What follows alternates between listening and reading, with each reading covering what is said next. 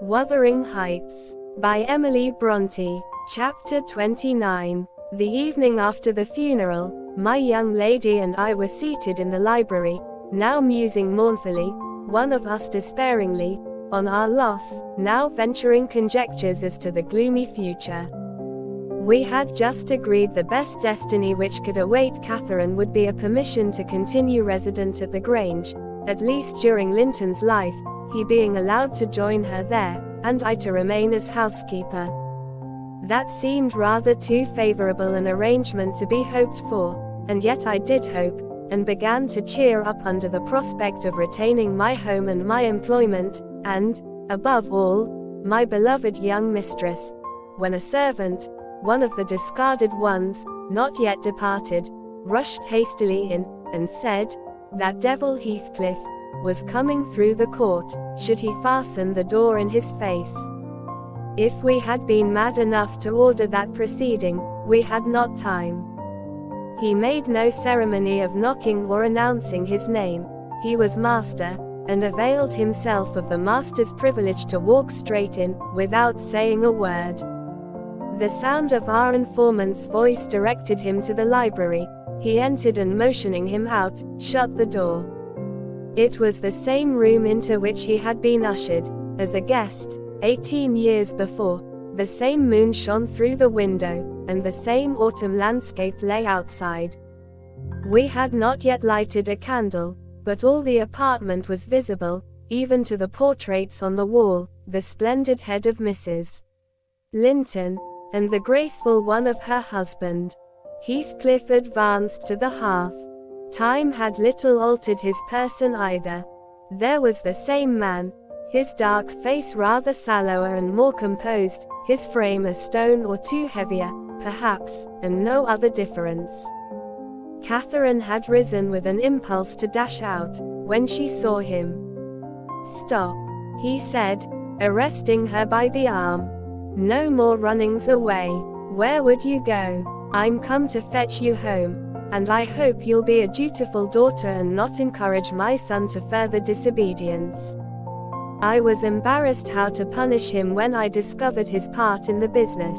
He's such a cobweb, a pinch would annihilate him, but you'll see by his look that he has received his due. I brought him down one evening, the day before yesterday, and just set him in a chair, and never touched him afterwards. I sent Hareton out, and we had the room to ourselves. In 2 hours, I called Joseph to carry him up again, and since then my presence is as potent on his nerves as a ghost, and I fancy he sees me often, though I am not near. Hareton says he wakes and shrieks in the night by the hour together, and calls you to protect him from me, and, whether you like your precious mate, or not, you must come. He's your concern now. I yield all my interest in him to you. Why not let Catherine continue here, I pleaded, and send Master Linton to her? As you hate them both, you'd not miss them. They can only be a daily plague to your unnatural heart. I'm seeking a tenant for the Grange, he answered, and I want my children about me, to be sure. Besides, that lass owes me her services for her bread. I'm not going to nurture her in luxury and idleness after Linton is gone. Make haste and get ready, now, and don't oblige me to compel you."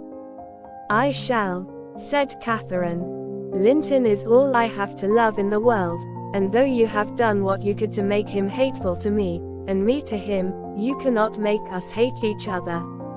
And I defy you to hurt him when I am by, and I defy you to frighten me." "You are a boastful champion," replied Heathcliff, "but I don't like you well enough to hurt him. You shall get the full benefit of the torment, as long as it lasts. It is not I who will make him hateful to you, it is his own sweet spirit. He's as bitter as gall at your desertion and its consequences. Don't expect thanks for this noble devotion." I heard him draw a pleasant picture to Zillah of what he would do if he were as strong as I. The inclination is there, and his very weakness will sharpen his wits to find a substitute for strength. "I know he has a bad nature," said Catherine, he's your son. But I'm glad I've a better, to forgive it, and I know he loves me, and for that reason I love him. Mr. Heathcliff, you have nobody to love you, and, however miserable you make us, we shall still have the revenge of thinking that your cruelty arises from your greater misery. You are miserable, are you not? Lonely, like the devil, and envious like him. Nobody loves you, nobody will cry for you when you die. I wouldn't be you. Catherine spoke with a kind of dreary triumph. She seemed to have made up her mind to enter into the spirit of her future family, and draw pleasure from the griefs of her enemies. You shall be sorry to be yourself presently, said her father-in-law, if you stand there another minute. Begone, witch, and get your things. She scornfully withdrew. In her absence I began to beg for Zilla's place at the Heights, offering to resign mine to her, but he would suffer it on no account. He bid me be silent, and then, for the first time, allowed himself a glance round the room and a look at the pictures. Having studied Mrs. Linton's, he said, I shall have that home. Not because I need it, but, he turned abruptly to the fire, and continued, with what, for lack of a better word, I must call a smile, I'll tell you what I did yesterday. I got the sexton, who was digging Linton's grave, to remove the earth off her coffin lid, and I opened it. I thought, once, I would have stayed there. When I saw her face again, it is hers yet. He had hard work to stir me, but he said it would change if the air blew on it, and so I struck one side of the coffin loose, and covered it up. Not Linton's side, damn him. I wish he'd been soldered in lead. And I bribed the sexton to pull it away when I'm laid there, and slide mine out too. I'll have it made so, and then by the time Linton gets to us he'll not know which is which. You were very wicked, Mr. Heathcliff, I exclaimed. Were you not ashamed to disturb the dead? I disturbed nobody, Nelly, he replied, and I gave some ease to myself. I shall be a great deal more comfortable now, and you'll have a better chance of keeping me underground, when I get there. Disturbed her? No. She has disturbed me, night and day, through 18 years, incessantly, remorselessly, till yesternight, and yesternight I was tranquil. I dreamt I was sleeping the last sleep by that sleeper, with my heart stopped and my cheek frozen against hers.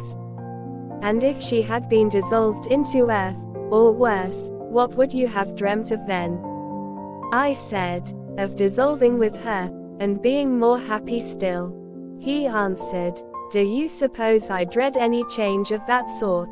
I expected such a transformation on raising the lid, but I'm better pleased that it should not commence till I share it.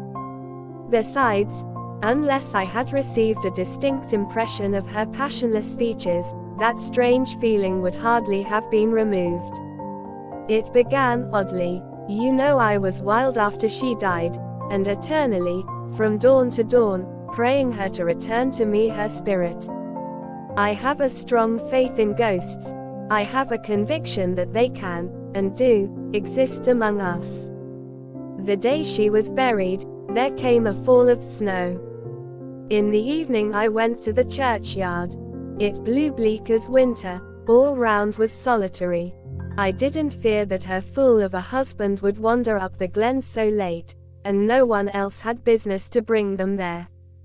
Being alone, and conscious 2 yards of loose earth was the sole barrier between us, I said to myself, I'll have her in my arms again. If she be cold, I'll think it is this north wind that chills me, and if she be motionless, it is sleep. I got a spade from the tool house, and began to delve with all my might. It scraped the coffin. I fell to work with my hands. The wood commenced cracking about the screws. I was on the point of attaining my object, when it seemed that I heard a sigh from someone above, close at the edge of the grave, and bending down. If I can only get this off, I muttered, I wish they may shovel in the earth over us both. and I wrenched at it more desperately still. There was another sigh, close at my ear. I appeared to feel the warm breath of it displacing the sleet-laden wind. I knew no living thing in flesh and blood was by, but, as certainly as you perceive the approach to some substantial body in the dark, though it cannot be discerned, so certainly I felt that Cathy was there, not under me, but on the earth. A sudden sense of relief flowed from my heart through every limb. I relinquished my labor of agony, and turned consoled at once, unspeakably consoled. Her presence was with me, it remained while I refilled the grave, and led me home. You may laugh, if you will, but I was sure I should see her there. I was sure she was with me, and I could not help talking to her. Having reached the heights, I rushed eagerly to the door. It was fastened, and, I remember, that accursed Earnshaw and my wife opposed my entrance. I remember stopping to kick the breath out of him, and then hurrying upstairs, to my room and hers. I looked round impatiently, I felt her by me, I could almost see her, and yet I could not. I ought to have sweat blood then, from the anguish of my yearning, from the fervor of my supplications to have but one glimpse. I had not one. She showed herself, as she often was in life, a devil to me. And, since then, sometimes more and sometimes less, I've been the sport of that intolerable torture. Infernal, keeping my nerves at such a stretch that, if they had not resembled catgut, they would long ago have relaxed to the feebleness of Linton's. When I sat in the house with Hareton, it seemed that on going out I should meet her, when I walked on the moors I should meet her coming in. When I went from home I hastened to return, she must be somewhere at the heights, I was certain. And when I slept in her chamber, I was beaten out of that. I couldn't lie there, for the moment I closed my eyes, she was either outside the window, or sliding back the panels, or entering the room, or even resting her darling head on the same pillow as she did when a child, and I must open my lids to see. And so I opened and closed them 100 times a night, to be always disappointed. It racked me. I've often groaned aloud, till that old rascal Joseph no doubt believed that my conscience was playing the fiend inside of me. Now, since I've seen her, I'm pacified, a little. It was a strange way of killing, not by inches, but by fractions of hairbreadths, to beguile me with the spectre of a hope through 18 years. Mr. Heathcliff paused and wiped his forehead, his hair clung to it, wet with perspiration, his eyes were fixed on the red embers of the fire, the brows not contracted, but raised next the temples, diminishing the grim aspect of his countenance, but imparting a peculiar look of trouble, and a painful appearance of mental tension towards one absorbing subject. He only half addressed me, and I maintained silence. I didn't like to hear him talk. After a short period he resumed his meditation on the picture, took it down and leant it against the sofa to contemplate it at better advantage, and while so occupied Catherine entered, announcing that she was ready, when her pony should be saddled. "Send that over tomorrow," said Heathcliff to me, then turning to her, he added, "You may do without your pony, it is a fine evening, and you'll need no ponies at Wuthering Heights, for what journeys you take, your own feet will serve you. Come along. Goodbye, Ellen," whispered my dear little mistress. As she kissed me, her lips felt like ice. "Come and see me, Ellen, don't forget. Take care you do no such thing, Mrs. Dean," said her new father. "When I wish to speak to you'll come here. I want none of your prying at my house." He signed her to precede him, and casting back a look that cut my heart, she obeyed.